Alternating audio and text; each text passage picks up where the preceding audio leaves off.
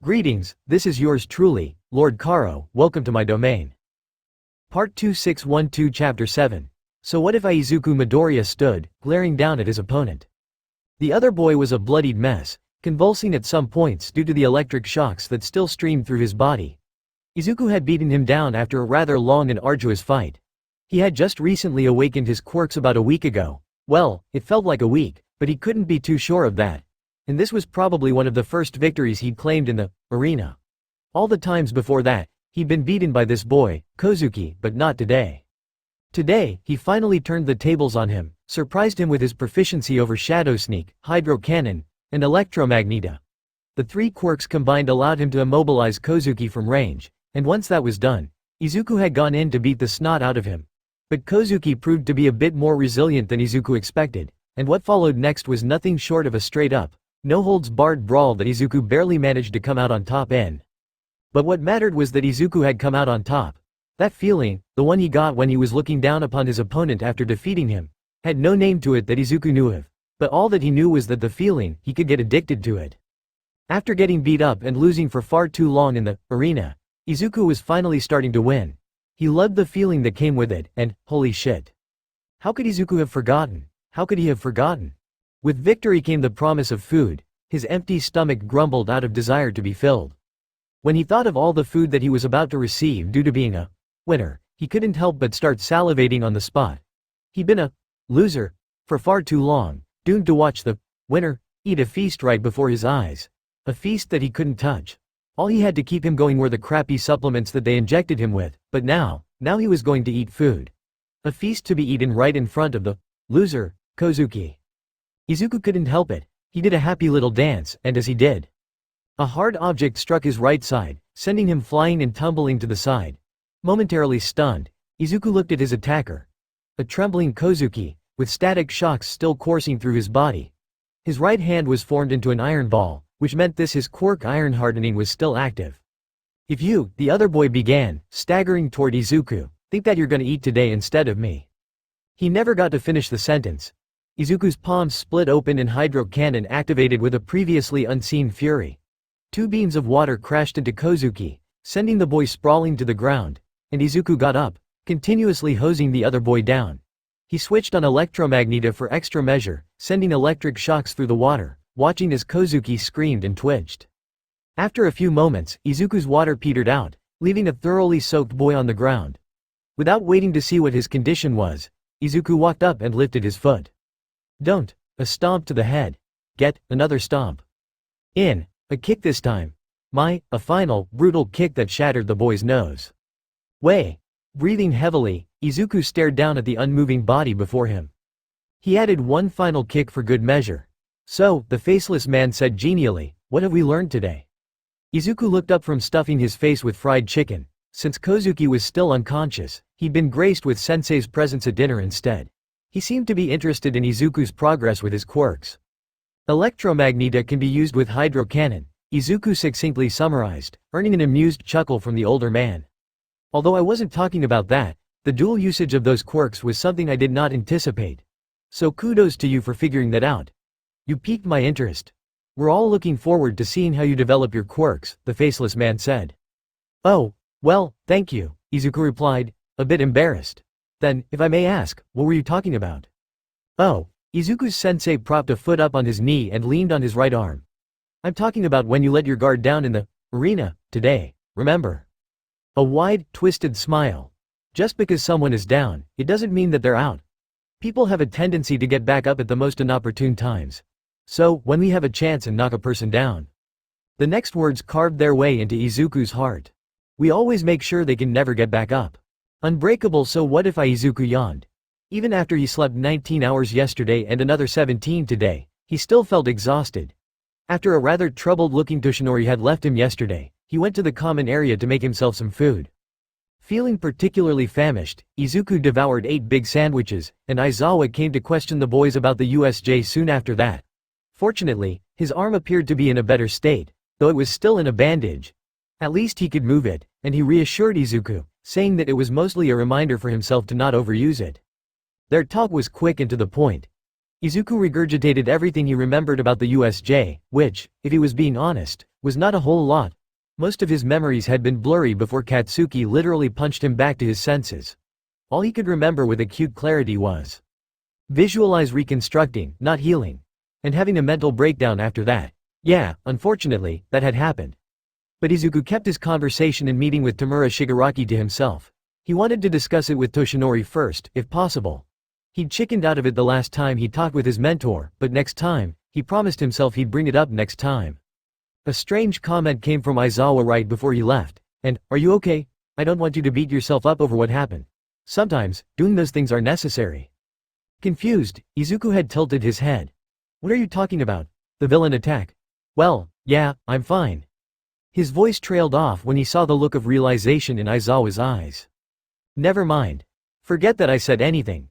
And with those cryptic final words, Aizawa left to go interview the next student about the USJ. Izuku could really admire the man. By all means, he should be resting in a hospital bed, but here he was, carrying out his duties as their homeroom teacher. The rest of the day passed by in a haze. Izuku was too tired to do anything of note, and he crashed at an early time and awoke again in the afternoon. Fortunately, it was the weekend, and they didn't have any classes. Otherwise, he would have slept right through the vast majority of his classes. Yawning again, he went to brush his teeth and was just about to go downstairs to eat when he saw his phone, and the many missed text messages from Himiko. Himiko. Izu, I heard about what happened. Himiko. Are you okay? Himiko. Can I come see you? Himiko. Izu, those were sent at around 9 last night, an hour after he'd already fallen asleep. Himiko. Izu. Himiko. Izu. Himiko. Izu. Himiko. Izu. Those had been spaced out with an hour in between each text. Himiko. Izu, I am really worried. Himiko. You better be asleep or dead. Himiko. Please respond as soon as you see this. Izuku instantly replied as soon as he read the last text. Izuku. Himiko, I didn't mean to worry you. Izuku. I've been asleep and just saw your texts. I slept 17 hours today. As he went to type another message, a phone call interrupted his typing. It was from Himiko, and he quickly picked up. Himiko, hey, Izuku greeted, a tad nervous. The voice on the other side of the line was silent. Himiko? Izuku asked. Still nothing. Panicked, he quickly shouted, Himiko? Let me in. The line went dead after that short command. A rock hit his window, and Izuku, already knowing what he'd see the second he looked outside, walked to the window and peered out. Himiko stood there on the ground outside his dorm, face covered by a curtain of hair. Her normally messy buns seemed to be in even greater disarray, but she was still dressed somewhat nicely. Tight jeans clung around her hips and a black cardigan covered what appeared to be a white t-shirt. Knowing just exactly what to do to appease the distressed Himiko, Izuku opened the window and started extending a few strands of black whip down to Himiko, or at least he tried to, letting a cry of pain when his quirk seemed to disobey him and frazzled out of control, thrashing around in his room. It almost felt like a torn or overused muscle. But then again, the pain seemed to be all mental, so he put up with it and extended 3 strands down to Himiko, making sure they were steady. As soon as he felt her securely wrapped up in and holding onto the strands, he retracted them, guiding her slowly and safely into his room, where he quickly released her. Himiko, as soon as she was able to, crashed into him and crushed him with a giant bear hug, sending them tumbling onto his bed. For such a slim body to be able to exert this much strength was surprising. To say the least, Izuku felt like he was being snapped in half, but even then, he wasn't about to start complaining. He gently returned her embrace. Himiko was rubbing her face into his chest, taking deep whiffs of his scent. Izuku was a bit more relaxed about this than the last time she did it. He'd put on deodorant after brushing his teeth, so his body odor was surely suppressed, right? Himiko shifted her weight on top of him, and then Izuku became acutely aware of how close their bodies were, of the 2 soft sensations pressed against his abdomen. Quickly becoming lightheaded, he placed a hand on Himiko's shoulder and slowly detached himself from her, asking, Himiko, is everything okay? He didn't hurt you, right? Her words took a moment to register in his mind. For a brief moment, no. Izuku questioned simply. Himiko stilled. Her yellow eyes stared back at him, unblinking. A brief moment of silence passed between them. The villain you fought at the end, the one that took out 13 and Eraserhead. The whole school's been abuzz with rumors, and I've been worried sick. When you didn't respond to any of my texts, I assumed that the worst happened. Relief flooded through Izuku, and he felt stupid for his quick moment of apprehension. For a moment, Izuku thought that Himiko somehow knew of his encounter with Tamura, but fortunately, it seemed like he was just reading too deeply into the situation. After all, how would Himiko know something that he hadn't told anyone about yet? I'm fine, really. I've just been sleeping a ton to recuperate, so I'm sorry for missing your texts. I really didn't mean to ignore you. Himiko looked down at him from her position on top of his body. Really? Yeah, I promise. I responded as soon as I saw that you texted me. Oh, really, I swear on it. Plus, alright, courage. Don't fail me now, Izuku pleaded with himself. This is something I should have done a long time ago. Turning away so that he wasn't looking into Himiko's mesmerizing eyes anymore, he murmured, I'd never ignore my girl. Courage, come to me. I'd never ignore my GG girlfriend. Izuku shut his eyes, unable to look at Himiko.